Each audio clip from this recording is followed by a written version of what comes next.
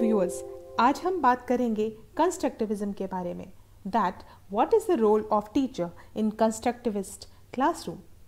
Constructivism is the theory of learning. Constructivism जो है वो एक थियोरी है सीखने की, that is developed from the principle of children's thinking, जिसका विकास हुआ बच्चों की सोच के प्रक्रिया को समझने के बाद। Constructivism states that children learn through adaptation. Constructivism ये बताती है कि बच्चे एडेप्टेशन के द्वारा ही सीखते हैं।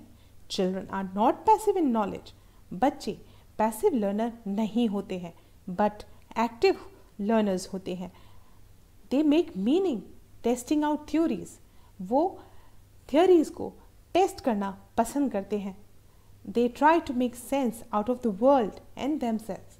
और इस दुनिया के बारे में और अपने बारे में वो एक सेंस, एक मतलब निकालने की कोशिश में लगे रहते हैं।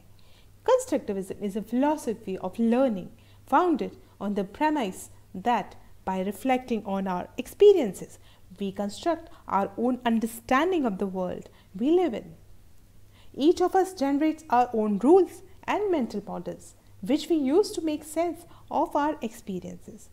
हम में से हर कोई अपने मेंटल मॉडल्स बनाते हैं, अपने रूल्स बनाते हैं, जिससे वो तरह तरह के एक्सपीरियंसेस को सेंस करने, उनको अनुभव करने में मदद करते हैं। Learning therefore is simply the process of adjusting our mental models to accommodate new experiences. तो हम ये कह सकते हैं कि लर्निंग एक ऐसी प्रक्रिया है जिसमें जो हमारे मेंटल मॉडल्स जो पहले से ही हमारे अंदर बने हुए हैं, उन्हें हम न्यू एक्सपीरियंसेस के साथ जोड़कर किस तरह देखते हैं, किस तरह सीखते हैं। It is also consider to be a child centred theory. और इसी कंस्ट्रक्टिविज्म को हम चाइल्ड सेंटर्ड थ्योरी भी कह सकते हैं, that focuses on the knowledge of interpretation, जो कि इंटरप्रिटेशन की और एक्सपीरियंस बेस्ड एक्टिविटीज पर आधारित होता है। The focus of the knowledge is not to be reproduced but it is to construct context rich activities. Knowledge का फोकस जो है वो पूरी तरह से कॉन्टेक्स्ट रिच एक्टिविटीज पर ही बेस्ड होता है। In the classroom the constructivist view of learning can point towards a number of different teaching practices. और एक क्लासरूम में कंस्ट्रक्टिविस्ट एक विभिन्न तरीकों से टीचिंग प्रैक्टिसेस को इस्तेमाल करता है। In the most general sense it usually means encouraging students to use active techniques. और हम दूसरे भाषा में कहें तो ये कह सकते हैं कि कंस्ट्रक्टिविज्म विद्यार्थियों को मोटिवेट करता है, प्रोत्साहित करता है एक्टिव टेक्निक्स यूज़ करने में, एक्सपेरिमेंट्स को करने में, to create more knowledge and then to reflect on and talk about what they are doing, how they are understanding is changing. और इस तरह से वो ये जान पाते हैं कि वो क्या कर रहे हैं और क्या करने से उनकी अंडरस्टैंडिंग किस तरह से बदलती है। The teacher makes sure he understand the students pre existing conceptions.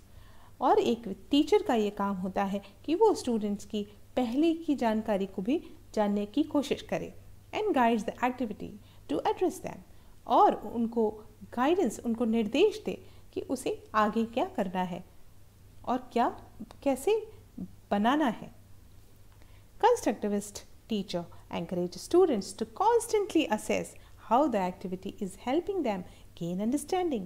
Constructivist teacher जो होता है वो स्टूडेंट्स को एनकरेज करता है कॉन्स्टेंटली, लगातार अपने आप को असेस, अपने आप को चेक करते रहने के लिए, ताकि वो लगातार सीखते रहें।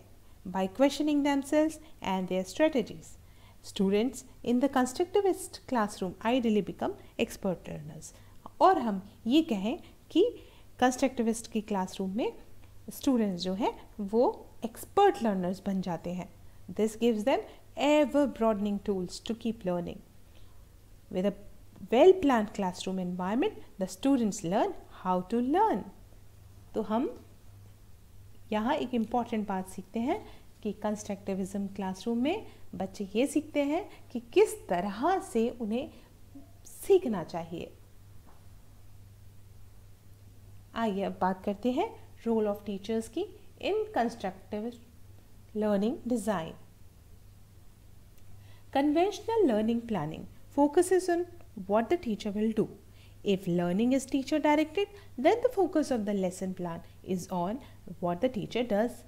When designing a learning experience for students, teachers focus on what students will do. Our language encourages teachers to focus on thinking about how to organize what learners will do rather than plan their teaching behaviors. Constructive learning design focuses on the development of situations as a way of thinking about the constructive activities of the learner rather than demonstrative behavior of the teacher. ज़्यादातर conventional यानी कि जो पुराने ज़माने के teacher हैं वो models को प्लान करते हैं वर्बल एक्सप्लेनेशन के आधार पर, विजुअल डेमोन्स्ट्रेशन के आधार पर, लेकिन constructive learning design in 6 elements के ऊपर ज़्यादा ध्यान देता है। आइए जानते हैं। पहला है situation. Teacher develop the situation for students to explain, select a process for groupings of material, and students, what situation are you going to arrange for students to explain? Give this situation a title and describe a process of solving problems, answering questions, creating metaphors, making decisions, drawing conclusions और setting goals. तो हम ये देखते हैं कि situation में teacher जो है स्टूडेंट्स को ये बताते हैं कि किस प्रकार से आपको मटेरियल्स इकट्ठे करने हैं और स्टूडेंट्स क्या करने वाले हैं, किस प्रकार से अरेंज करके वो मटेरियल्स इकट्ठे कर सकते हैं। वो टीचर उन्हें एक सिचुएशन के आधार पर एक टाइटल देते हैं और उन्हें बताते हैं कि किस प्रकार से आप अपने क्वेश्चंस को सॉल्व कर सकते हैं, किस प्रकार से आप निर्णय ले सकते हैं और किस प्रकार से निष्कर्ष निकाल सकते हैं या फिर किस प्रकार से अपने लक्ष्य को निर्धारित कर सकते हैं। The situation should include what you expect the students to do and how the students will make their own meaning. Number 2 है groupings. There are 2 categories of groupings. How are you going to make groupings of students as a whole class? Individuals in collaborating thinking, teams of 2, 3, 4, 5, 6 or more. And what process will you use to group them? Counting off, choosing a color or piece of fruit or similar clothing. This depends upon the situation of what you design and materials you have available to you. How are you going to arrange groupings of materials that students will use to explain the situation by physical modeling, graphically representing, numerically describing, or individually writing about their collective experience? How many sets of materials you will often determine the number of students groups you will form. तो groupings में अलग अलग group बनाए जाते हैं जिसमें बच्चे अपने अलग तरीके से फिज़िकल मॉडलिंग करते हैं, ग्राफिकल रिप्रेजेंटेशंस करते हैं और भी कई तरह के फिज़िकल मैनिपुलेटिव्स का इस्तेमाल करके उस सिचुएशन या उसके क्वेश्चन का वो निष्कर्ष निकालने की कोशिश करते हैं। नंबर 3 है bridge. This is an initial activity intended to determine students' prior knowledge and to build a bridge between what they already know and what they might learn by explaining the situation. This might involve such things as giving them a simple problem to solve, having a whole class discussion, playing a game, or making lists. Sometimes this is done before students who are in groups and sometimes after they are grouped. You need to think about what is appropriate. Bridge के concept को हम इस तरह से समझते हैं कि एक ऐसी एक्टिविटी है जो नॉलेज उन्हें पहले से मालूम है और जो उन्हें पता करना है, उन दोनों को जोड़ने का काम करती है। यहाँ पर बच्चों को कुछ गेम्स के द्वारा, कुछ क्लास डिस्कशंस के द्वारा, लिस्ट बनाकर इसी तरह की विभिन्न प्रक्रियाओं के द्वारा ब्रिज एक्टिविटी का इस्तेमाल करके कॉन्सेप्ट को क्लियर किया जाता है। नंबर 4 है क्वेश्चंस.